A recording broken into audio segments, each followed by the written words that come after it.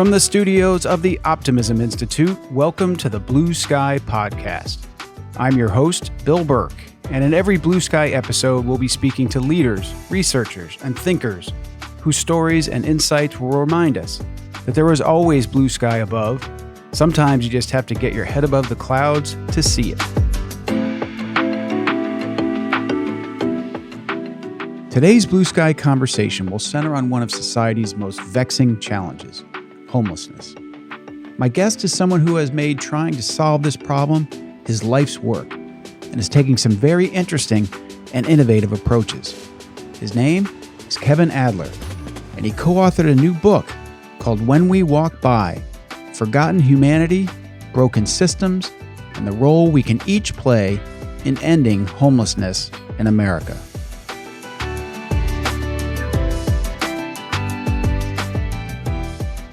Kevin Adler is an award-winning social entrepreneur, nonprofit leader, and author.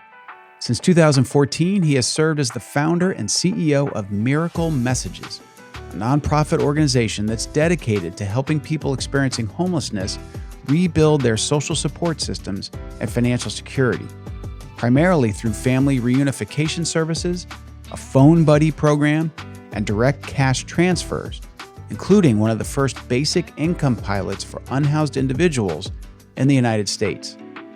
Kevin's pioneering work on homelessness and relational poverty has been featured in the New York Times, the Washington Post, PBS NewsHour, in his TED Talk, and elsewhere.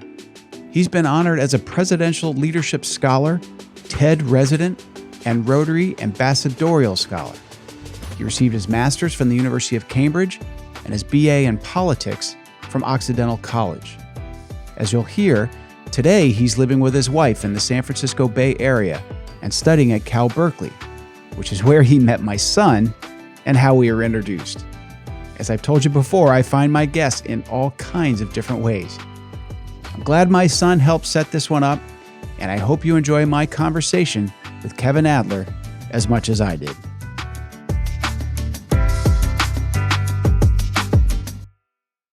Kevin Adler, welcome to the Blue Sky Podcast.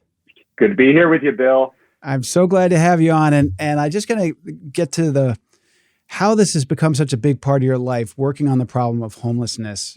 You started a project called Miracle Messages 9 years ago. You've co-authored a new book called When We Walk By, which is fantastic. We'll talk about that later.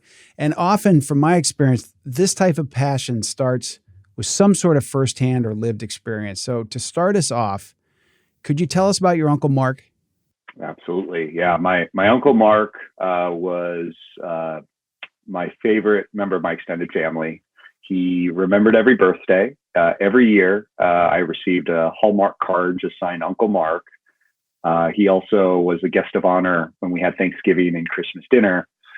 But, I think with Mark, he also suffered from schizophrenia, and he lived on the streets of Santa Cruz for about 30 years. And I never looked at him as a homeless man. He was just my beloved uncle. And it wasn't until Mark passed away at the age of 50, alone in a transitional housing unit, that I just started thinking, gosh, everyone I'm walking by, that's someone's son or daughter, brother or sister, or somebody. And, we got connected through your wonderful son, Chris. Shout out to Chris. And I actually was, starting point for me with this work was sitting at Mark's gravesite with my dad and having a really powerful father-son conversation about the significance of having a plot of land for this younger brother of his who never in this life had a permanent resting place of his own. And we had this powerful conversation, and I just started thinking on the drive home, as moving as this, memorial is for my uncle, his younger brother, it doesn't tell me about who he was as a person, the life he lived. All the good stuff is in the dash. And so I just had this question, on my heart that was a starting point for this work, which is how can we use storytelling tools, Facebook, social media, to help people like my Uncle Mark tell their stories? And that was the starting point for this journey. Remarkable. And in the book, which really clearly lays out the issues, and my reading really clearly lays out some possible solutions, and you outline two major factors that keep our country from adequately addressing this issue. The first is a crisis in our service systems, and affordable housing. We'll get to that. But the second that really struck me was that you described it as a crisis in our shared humanity. And at one point early in the book, you asked a very provocative question of yourself: how would Jesus use a smartphone? And I think from that comes your work at Miracle Messages. Could you describe how you came to that epiphany and how you started using social media and frankly just technology differently? Yeah, absolutely, Bill. I was sitting in church a few weeks after the graveside visit with my dad, and the pastor had this prompt that he invited the congregation to, which was, "Who is Jesus?" And you're meant to answer it with some kind of art form. And I am the least musically talented person, so I was like, Jesus does not want me to sing. I guarantee that. Blasphemous. Jesus doesn't want me to probably paint a picture. I'm not much of an artist. But, I come from an education tech background. I've always loved using technology storytelling to show our humanity. And so I had this question as a response in my heart, which was, how would Jesus use a smartphone? And the response that I spent a year was inviting 24 individuals who were experiencing homelessness to wear GoPro cameras around their chests. And the premise was, hey, I just walked by you. You're still here. What's it like to be you? What do you wish I knew or people like me knew about your life, how you see the world, your experience? And so I get back, dozens of hours of footage from these courageous individuals who take me up on my half-brained, little project. and it was just heartbreaking. Over and over again, people were scorned, pitied, or more often than not, just totally ignored. And the two little insights that really started this journey was, one, anytime you'd see a kid walk by with their mom or dad, the kid almost always is tugging at the mom or dad, pointing, asking, why is that man on the streets? What's going on? And I just thought, gosh, what is it that we knew instinctively as children about basic right and wrong humanity that maybe we've gotten, inured to or forgotten? And the second insight that was really the cornerstone for Miracle Messages was hearing one individual say, I never realized I was homeless when I lost my housing, only when I lost my family and friends. Yeah. And that moment was, is it worth sharing what happened next with Jeffrey's story? I would love for you to tell the Jeffrey story, because for me, and it's fairly early in the book, but that was so eye-opening and so touching. And so please tell the Jeffrey story. So, imagine you record these wearable camera videos. You hear someone say, I never realized I was homeless when I lost my housing, only when I lost my family and friends. What do you do with that information? And I decided to just take a walk down Market Street, go up to everyone I saw who was visibly homeless, and ask a simple question, which was, do you have any family or friends you'd like to reconnect to? And it just so happened, the first person that I spoke to was a man named Jeffrey. He was sitting in front of the Old Navy flagship store, 3rd and Market, a few days before Christmas time, hundreds, if not thousands of passersby every hour. And I asked him, do you have any loved ones you'd like to reconnect to? And he looked me right in the eye and he said, I haven't seen my sister, Jennifer, my dad, Harold, my niece, nephew, Josh, and Rachel a long time. And I said, well, would you like to record a video to them? And then maybe I can find them and share your video message. And he said, yes. So he records this video on my smartphone. I go home and, I do a internet search and find a Facebook group connected to Jeffrey's hometown and post the video there almost with an apology note. Like, hey, I don't know who this guy is. I don't know the story, but here you go. Yeah. And I mean, what happened next was a miracle for sure. It was 1 hour, within 1 hour, video was shared hundreds of times, made the local news that night. Classmates started commenting saying, hey, I went to high school with Jeffrey. I work in construction. Does he need a job? I work at the congressman's office. Does he need health care? Within a few days, the city had come together and raised over $5,000 to try to bring him home. And in the first 20 minutes of the post, his sister got tagged. And we got on the phone the next day and she told me that Jeffrey had been a missing person for 12 years. Unbelievable. And that, I mean, within a few weeks, was able to reconnect Jeffrey and Jennifer on a phone call. A few months later, reconnected them in person for the first time in 22 years after missing for 12. And I started doing this work full time because I knew Jeffrey wasn't the only one and this shouldn't be happening. And that was the beginning of Miracle Messages.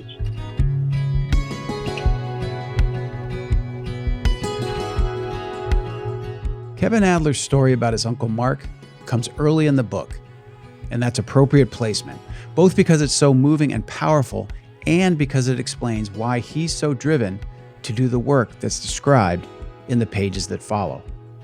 And I love hearing how Kevin has found such a positive use for social media. If you've listened to previous episodes of Blue Sky, you'll know I'm not the biggest fan of these platforms, and it's gratifying when you're reminded about how they can be tools for good. The idea of Jeffrey's hometown rallying to get him off the street is heartwarming, and I can only imagine how Kevin felt when Jeffrey's sister stepped forward and reunited with her brother, who'd been reported missing for 12 years. Now, back to our conversation. I had never heard this term relational poverty, and to me, this was one of the big ahas in the book, which is that, let's go back to that parent and child walking by the homeless people and the kids showing interest, and the parents probably thinking, they're a drug addict, they're lazy. The stereotypes about why and how people wind up in the streets are often totally wrong. And what you've discovered is that this idea of relational poverty, where you're cut off from family, friends, is as important, if not more so, than any of those other factors. Can you talk a little bit about that? Absolutely. And, relational poverty is a form of poverty that I think doesn't get talked about, gets overlooked. When we think about what we need as human beings, think of Maslow's hierarchy of needs, food, water, shelter, clothing, housing, right? You need the physiological stuff to be fully human, but you also need love. You also need belonging. You also need community, social support. And in fact, one of the best ways to really see the evidence of that is to look at how many people in the United States today are one paycheck away from not being able to pay rent, and yet somehow not falling over the edge into homelessness. Right. As I recall, I think it's 1 in 2 Americans is one paycheck away from not paying their rent, mortgage, whatever. And 40-something% self-report not knowing where they'd get $400 for an unexpected emergency. So when you have numbers like that, I mean, we again in the book we estimate that over 6 million people in the United States experience homelessness at some point of the year, but we have a population of well over 300 million. Why don't we have 100 million people experiencing homelessness? What's making up the difference? And what we're finding is family, friends, community, church, synagogue, mosque, informal economy. It's the relational apparatus, the community doubling up, tripling up, helping someone get by, staying with someone when you need to. And if we didn't have that, or we lost that, it doesn't look good. I mean, we end up in a situation, and a lot of our unhoused neighbors have, whether family might be part of the problem, not part of the solution. So there could be bridges burned, but sometimes the family doesn't have that much more resources than the individual, and so it just makes the margin of error that much finer for our unhoused neighbors. And as I recall in the book too, you describe speaking with people where our gut impression might be, well, the family has shunned them. At the same time, too, the homeless person is also feeling a great deal of shame, and they're reluctant to seek out this. So it just kind of goes both ways. And my sense is through Miracle Messages, you're doing a nice job of building that bridge somehow, destigmatizing what they're feeling, and also trying to build a bridge back to like Jeffrey's sister. Is that a fair way to describe it? I think that's a great way to describe it. Yeah. I mean, as the shirts say for folks who are listening in, everyone is somebody. And what we found is, we would never look at each other, Bill, as housed people. It's just an identity that doesn't make sense. Hey, look, that housed person, right? Yeah. And yet we've defined an entire group of people and all the diversity within it. A mother with a child escaping a domestic violence situation, someone who lost their job and who can't afford the health care that they need, a person who is struggling with mental health or substance abuse issues, a young person who's escaping an unsafe home environment, right? All these faces of homelessness we have grouped into a monolith that we call the homeless, and we've defined them by what they're lacking. And so what we try to do at Miracle Messages, and I encourage in the work, is to see people experiencing homelessness not as problems to be solved, but as people to be loved. And I actually believe that when you love people and you get close enough, do what Brian Stevenson from Just Mercy Equal Justice Initiative talks about as getting proximate, problems actually get solved because you're close enough to care and to actually use your mind, use your heart to see what's really going on and to walk with that person in the relationship. Amazing. And talking about those various reasons why these estrangements happen in relationships, really striking statistic, and this is off the top of my head from reading your book, but I think I have it right. About 9% of American youth are LGBTQ, and 40% of homeless youth are LGBTQ. And when you hear a statistic like that, or perhaps that I think it's 1 in 3 individuals, young people who age out of the foster care system by the time they're 24 will have experienced homelessness. You can no longer accept any kind of notion of individual culpability or deservedness around this issue. And as I write in one of the chapters, when we have a notion in our country of self-made man or woman, I mean, first it's a myth, because who among us could have got to any modicum of success without mentors, friends, coaches, peers, job opportunities, hitting a tough time, having someone to work through it with? None of us.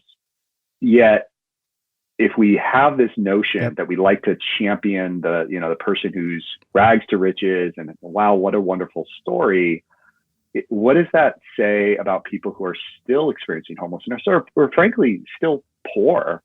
Are they deservedly poor? They are just not working hard enough and not something wrong with them?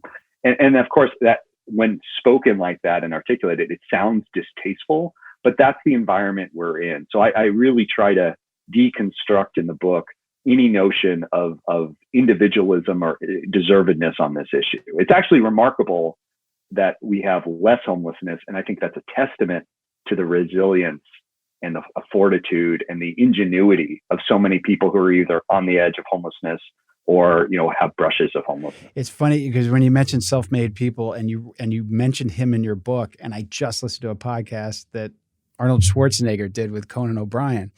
And Arnold Schwarzenegger, understandably, is often held up as this incredible immigrant story, rags to riches, self-made guy. And he says, I'm not self-made. He said, I found this great trainer when I got here. I had producers take chances on me as an actor with this crazy accent. And he's the first guy to say, no, I'm not self-made. And none of us are. It was when I read that, and I think it was from a commencement address that he gave at a college. I said, this has got to take up a page or two in the book, because I had the accent in my mind, it's like, and I think it starts very pump you up. Starts very dramatic. It's like, you can call me Arnold, you can call me Schwartzy, you can call me the Terminator, but you cannot call me a self-made man, and it's just, it's amazing. Yeah. That's pretty good, by the way. Not bad, yeah. So in your work, you have reunited over 800 families, at least when the book was written, maybe more since then. And there are different ways you do it. You've unified families. Can you also tell us about the Phone Buddy program? Because I found that really interesting. Yeah, absolutely. So the family reunification work is, flagship started. Jeffrey was the first reunion. We've done about over 800 since then. And, just to mention on that, it actually, the directional arrow happens in both ways. So we have individuals experiencing homelessness looking for their loved ones. Increasingly, we have families reach out to us and say, my brother Bill is missing somewhere in Los Angeles. Yeah. Can you find them? I got the sense that Sister Jennifer, your brother's 12 years missing person, she's probably given up. Yeah. Thinks he's dead. Oh, or that's the assumption is it's almost this, this unexpected. People have got, to wit's end looking. And if you go into almost any shelter in the United States, if you look in, as you walk in, the bulletin boards, there's almost always missing person flyers, people looking for their loved ones. So, those services have reunited over 800 unhoused neighbors with their loved ones. But we also know that sometimes family is not an option or could even be part of the problem. So how do you tackle relational poverty if family isn't part of the solution? And that's where we launched our second program, which is our Miracle Friends Phone Buddy program. We launched it in the early days of the pandemic at a time where I think all of us, to an increased degree, felt the experience of isolation and loneliness in a way that was pretty unfamiliar for most of us. Whereas our unhoused neighbors, one individual said, "You don't need to teach me about social distancing. That's my life already." And so we decided, we worked together with the city and county of San Francisco in their shelter-in-place hotels to bring together. We had initially about 80 unhoused individuals sign up for weekly phone calls and text messages from a phone buddy, almost a big brother, big sister for our neighbors experiencing homelessness, but really meant to be a These friend. are volunteers who come to your volunteers. program. Initially, it started in the Bay Area. And now, over the last couple of years, it's grown where we have volunteers around the world.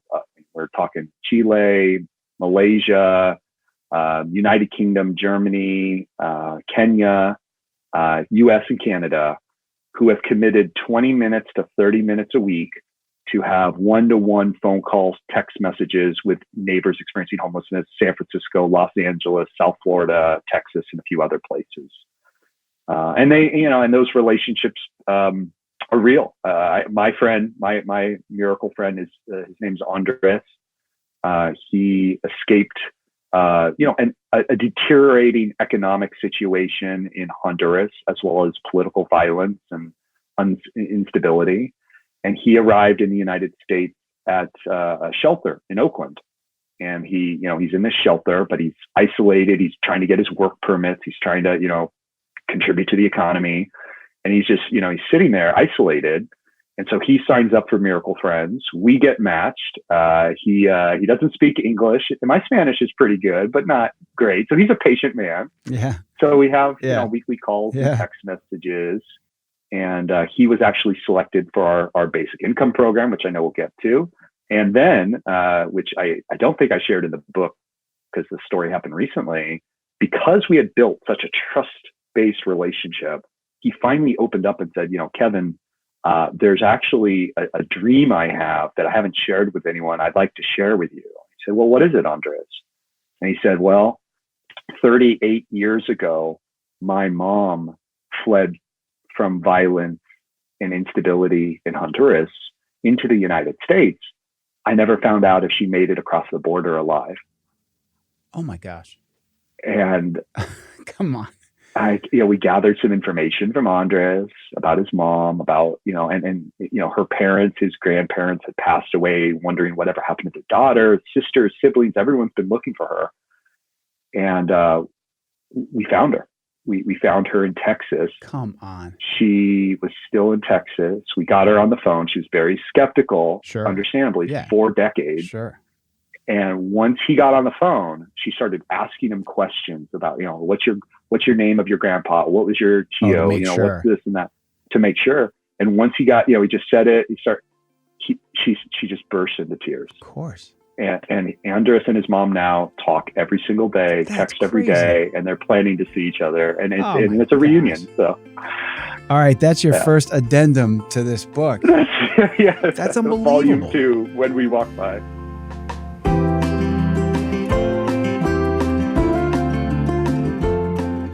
The idea that 50% of Americans are one paycheck away from not being able to pay their rent is eye-opening. And as Kevin says, the fact that we don't even have more people unhoused in this country speaks to the importance of the support of families, friends, and the greater community. And in the absence of connected and caring friends and family, the phone buddy system that Miracle Messages has created makes great sense. And what a wonderful story about Kevin's own buddy, Andreas, and his reconnection with his mom after 30 years of separation. Next, I wanted Kevin to talk about some of the work he's done experimenting with the controversial idea of providing basic income for people in need. I was a total skeptic on the basic income. I was like, is this incentivizing the right behaviors? Is this scalable? How costly is this? And we the only reason we did an experiment with basic income is our volunteers asked for it. So, you have these over 100 friendships at the time. Now we're, over 300, but, and folks were saying, well, gosh, I trust this person. We're friends. We love each other, but it's very hard to be on equal footing as friends when they don't know where they're going to get a meal that night, or get gas in their car for getting to work Monday, because 1 out of every 2 unhoused individuals in shelters work, right? Yep. And so we thought, well, gosh, we don't want to put a burden or pressure on the volunteer to, change the dynamic of the relationship and start, financially contributing. So we said, well, let's just try to raise some money online and maybe distribute it directly to some of the participants who are nominated by their volunteer friends. So we raised $50,000. We selected from over 60 people who were nominated. We selected 14 individuals, and each of those individuals got $500 a month for 6 months, no strings attached. Yep. And within 6 months, 2/3 of those individuals who were unhoused when they first got their first payment secured housing. They were able to get off the streets, and they're still off the streets. Elizabeth is in senior housing. Ray has moved to a friend's house in Kansas. So and it's not just housing that the money was used. We saw food security, family emergencies that were taken care of, healthcare expenditures, debt relief, service dogs for PTSD. They used the money better than I could have used it for them. Right.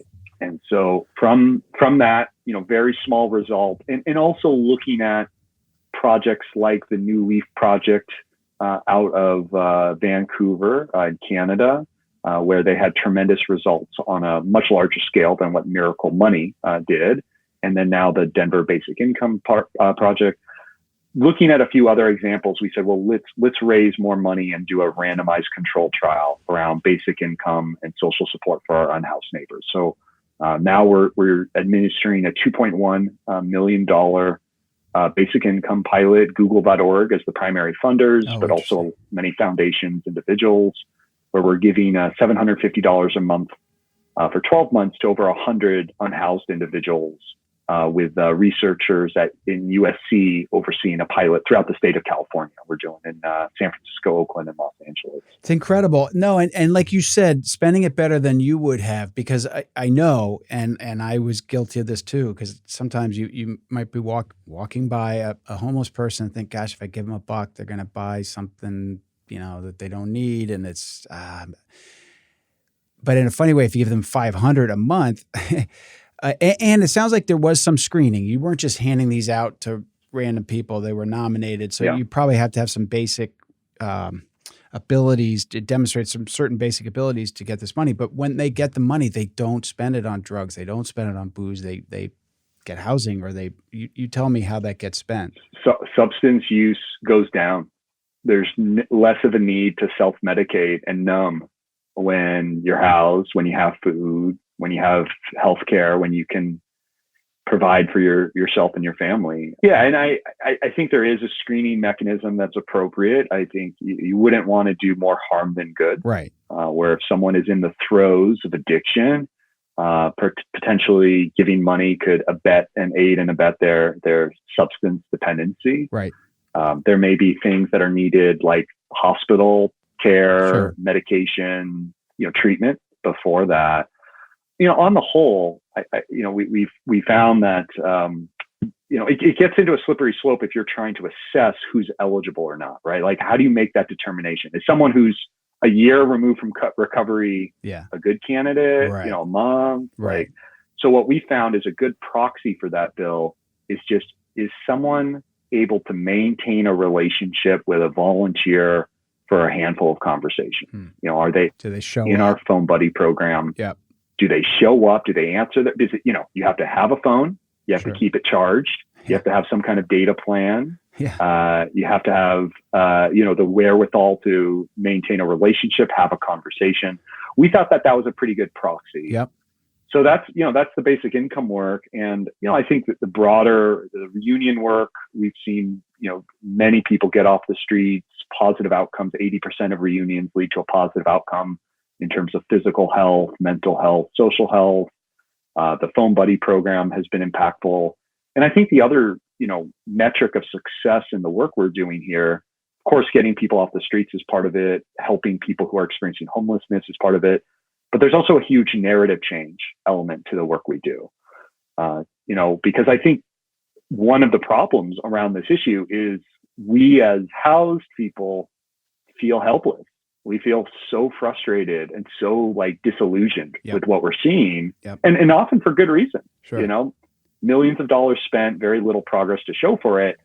So, I feel more hopeful having done this work over the last decade than I did 10 years ago when I started this journey.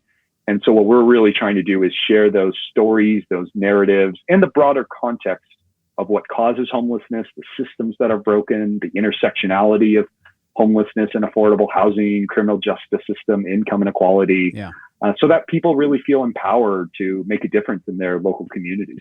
Yeah, and another obvious pushback that people have, and it's understandable when they think about basic income, is, God, how much is this going to cost? And then when you do the numbers, even across the country's homeless population, and then you compare what that might cost to what the costs of homelessness are, and not to get into too much philosophical stuff, but higher income tax breaks and things like that. The math is not that daunting for basic income. Once you can get to the place where you think it might be worth trying, it's not that expensive in the grand scheme of things. Is that fair? We're spending now, some estimates, $40,000 to $80,000 per person per year to maintain a person experiencing homelessness for 1 year on the streets. Yeah. And that's police, fire, emergency services, sanitation, shelter system, kind of makeshift. Sure. And so if we're able to take that $40,000 to $80,000 figure and up, there's folks who become designated as frequent flyers, frequent visitors of emergency departments, and using emergency rooms as waiting rooms. Huge. So we're able to mitigate some of that by giving people $9,000, $10,000 over the course of a year. I think that's a pretty good SROI, social return on investment. So, and then maybe even ROI as well. Exactly. Well, not to mention, business owners, chambers of commerce who are saying, this is a blight on my community. This guy's sleeping in front of my store. It's costing me a bunch of money. That's a whole other way where people today would say this is costing us. And if they'd pitch in, all of a sudden it feels very affordable.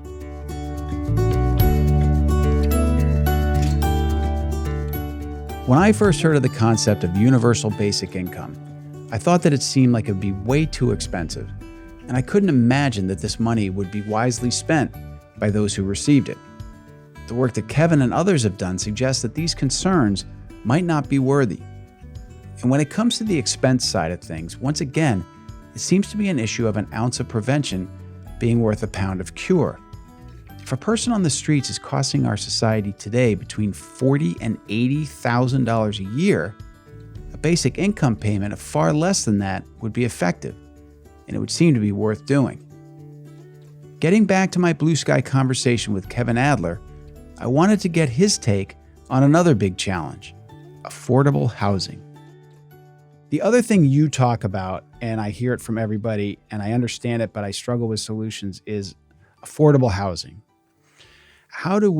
It's a huge issue, and it's happening not just in places like where you are in Northern California, but where I was from in Portland, Maine, to Portland, Oregon, to all over the country. The cost of housing is going up. And so if you're on the margins financially, that's one more thing that can tip you into being unhoused. How do you say we should approach that problem? Yeah, I mean, generally, I think we have to have a conversation as a nation of whether we believe that in order to fully function as a member of our society, you have to have a roof over your head. And I tend to believe that you do, in order to contribute, to generate economic activity, to, thrive and reach your potential. And so we have underinvested in all forms of housing at every level. Public housing, government funded housing, housing choice vouchers, which is kind of the modern equivalent of like Section 8. Not only is that program underfunded, but the wait lists can be measured in decades, not just years, right? Decades to get these things. And then even if you have a housing choice voucher, even if you have, a little bit of support to find a housing unit in a community, the wait list of the likelihood of a landlord renting to you, is very slim. There's a lot of discrimination that happens around housing. And I think when we talk about housing, it's important to also acknowledge something, which is our neighbors who are experiencing homelessness in our community, our unhoused neighbors, by and large, were once our housed neighbors. A recent study came out that found that in California, 90% of the people who are homeless in California were once housed in California. Wow. So it's 90%. 90%. So it's not just, okay, someone's moving to San Francisco and Los Angeles or South Florida to be homeless and have the lifestyle, which, a small section, but so slim. But most of the people have lost their housing, in the community. So I think when we talk about investing in affordable housing, tiny homes, modular homes, public housing, rezoning so that there can be multifamily units. And I get, like, now that I'm, a little bit older in my life, and I have a wife, and we have a home. You're not wanting to have time where you're trying to solve the housing crisis writ large on your block, right? It's not going to be like, all right, let's get 500 unit multiplex here. But I think looking at duplexes, triplexes, reasonable accommodations, but every community has to do their share. And I think if we want to solve homelessness, we have to invest in affordable housing. We can't have it. We can't have both. It's one option or the other. So, well, and I really enjoy in this show talking about challenging issues like homelessness, and with a sense of hope and optimism, which you have in spades. And you use a great example in your book where we can call homelessness a crisis, a disaster, and you point to one of the great disasters in American history was right in your neck of the woods, the 1906 San Francisco earthquake. Can you tell us what happened in response to that and why it's included in your book? Yeah. So as a little context, and I didn't get into it too much in the book, but so my background in academia, I have a background in sociology, and I have a previous book that no one read, but that's fine. It was in academic. Hey, there's still time. What's it called? It's called Natural Disasters as a Catalyst for Social Capital. Okay. And so I basically was doing research around social capital theory, which is kind of the sociological term for what I mean by relational poverty. Right. This measure of norms and networks that have resource advantages and disadvantages embedded in it. The relationships we have not only directly with each other, but in a community, how that benefits us all. We can let our kids go to the park unattended because it feels like a safe community. People watch out for each other. So this measure of social capital has been on the decline since about the late 1960s. And there wasn't really good explanations in kind of the preeminent book on the matter, Bowling Alone by Robert Putnam. Sure. There wasn't much explanation beyond what he called generational change for why the greatest generation is social capital rich, and the baby boomers and subsequent generations have lower levels of trust, sense of togetherness, civic engagement, norms of reciprocity. Yep.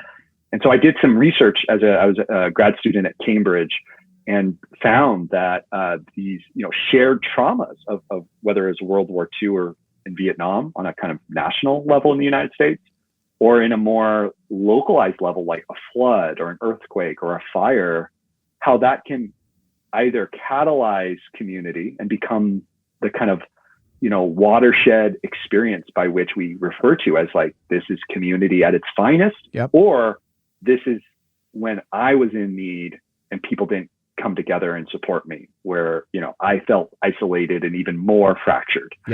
And so I bring up this 1906 earthquake a little bit as a hat tip to my earlier research, but in part because I've come to think of homelessness in some ways as this highly privatized, highly individualized disaster.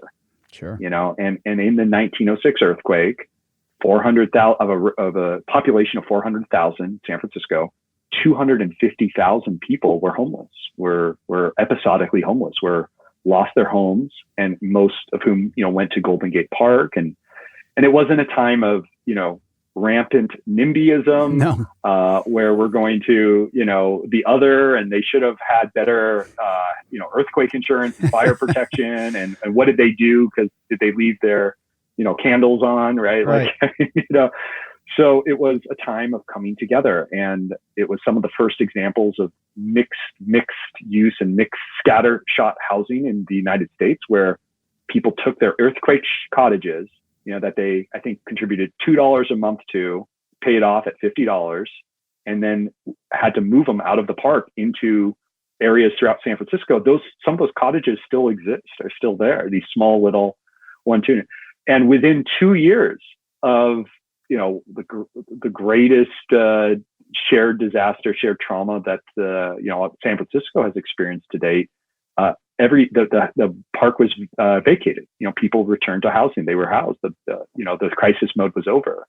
So I think if we can do that at that scale, 250,000 people experiencing homelessness, it's a different form, it's episodic, but it's still unhoused, displaced. I think the 10,000, 20,000 people that are estimated to be experiencing homelessness, San Francisco, we should be able to take care of in a way that we're not right now. Incredible. So you mentioned your past academic experience, and you mentioned meeting me through my son. You two are both in an MBA program. You're getting a business degree right now. Well, he's doing the MBA. I'm actually doing an MPA at the public policy school. Okay, so tell me what brings you to that work, and what do you hope to do with this new degree and everything you're learning? Are you doubling and tripling down on the work you've been doing? What are your plans from here? Well, now you sound like my dad, Bill. We're all alike. Well, great. What are you gonna do with yourself, Kevin? Come on, get a grip. Now you're gonna help me figure it out, right? Yes. Well, I mean, first and foremost, I am leading Miracle Messages and continue to lead the organization full time, and it's the joy of my life. I also have this book that's taking up a lot of wonderful energy, doing media podcasts and the book tour. But I think I decided to go back and do a mid-career public policy program at UC Berkeley, in part because I saw how the work that we were doing, and really at grassroots level, right? Like, we are on the ground. It's very tangible.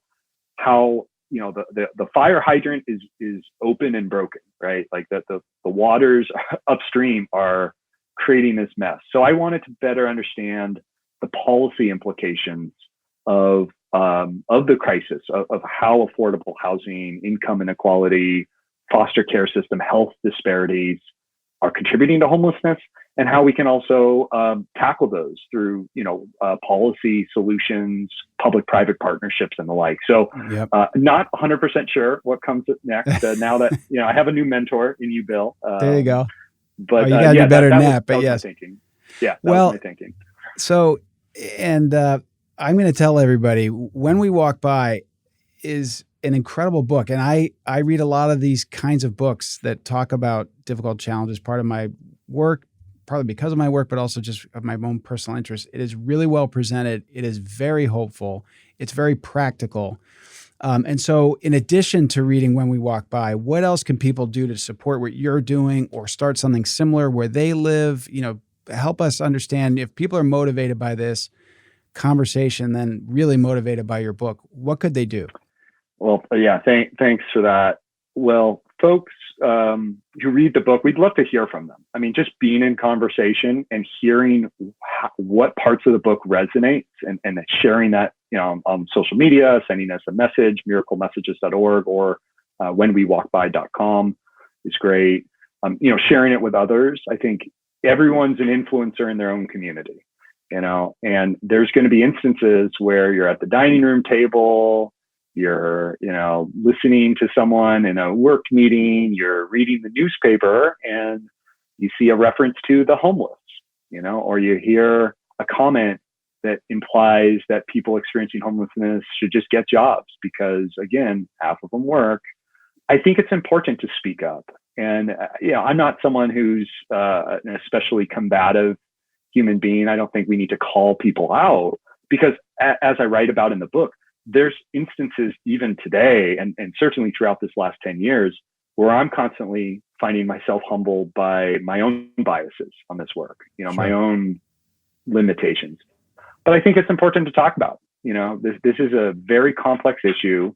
Neuroscientists have found that our brain, the part of our brain that activates when we see a person compared to an inanimate object, medial prefrontal cortex, does not even respond when we see someone that's experiencing homelessness.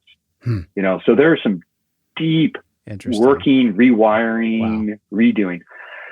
Beyond that, and just having conversations openly, talking about our own journeys on this issue, I really would invite people to be able to answer 2 questions in the affirmative, within maybe by the end of the year, whenever they, listen to this podcast. So I'd say, first, raise your hand. You could do this if you're listening. We're not going to laugh at you here. I'm going to do it too. Raise your hand if you care about the issue of homelessness. Every hand goes up. Every hand shoots up, right? Every hand goes up.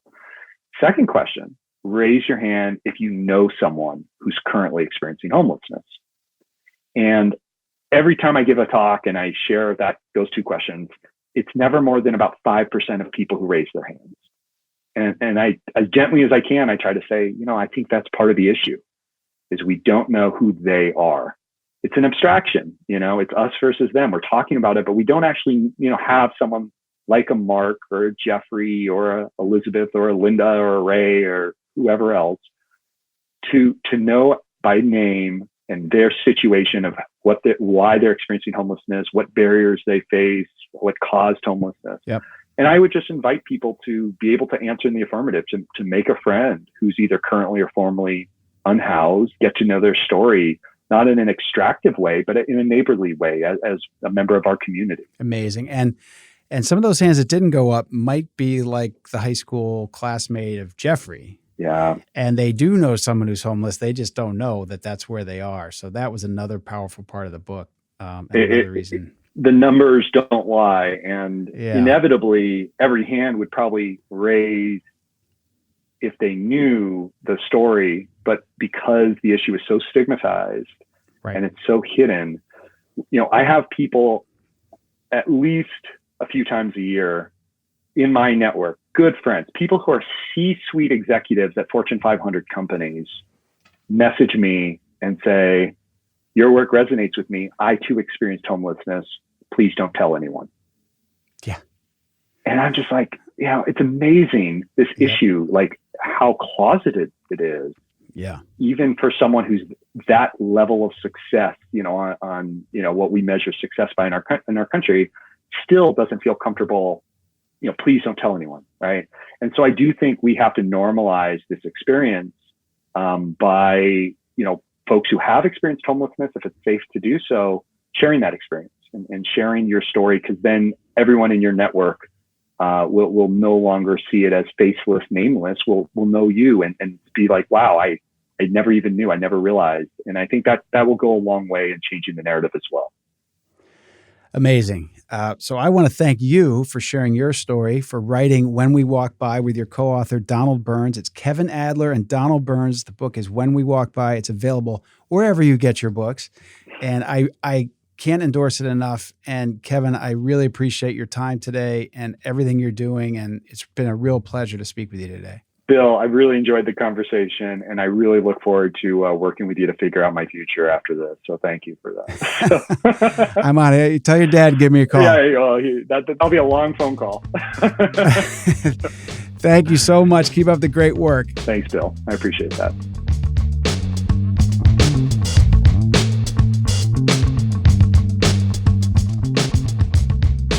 Kevin's story about the 1906 earthquake is great. And I love how he says that in general, we need to invest in optimism and hope. And I have to apologize to Kevin that I didn't have his degrees straight and then came off as a pestering dad.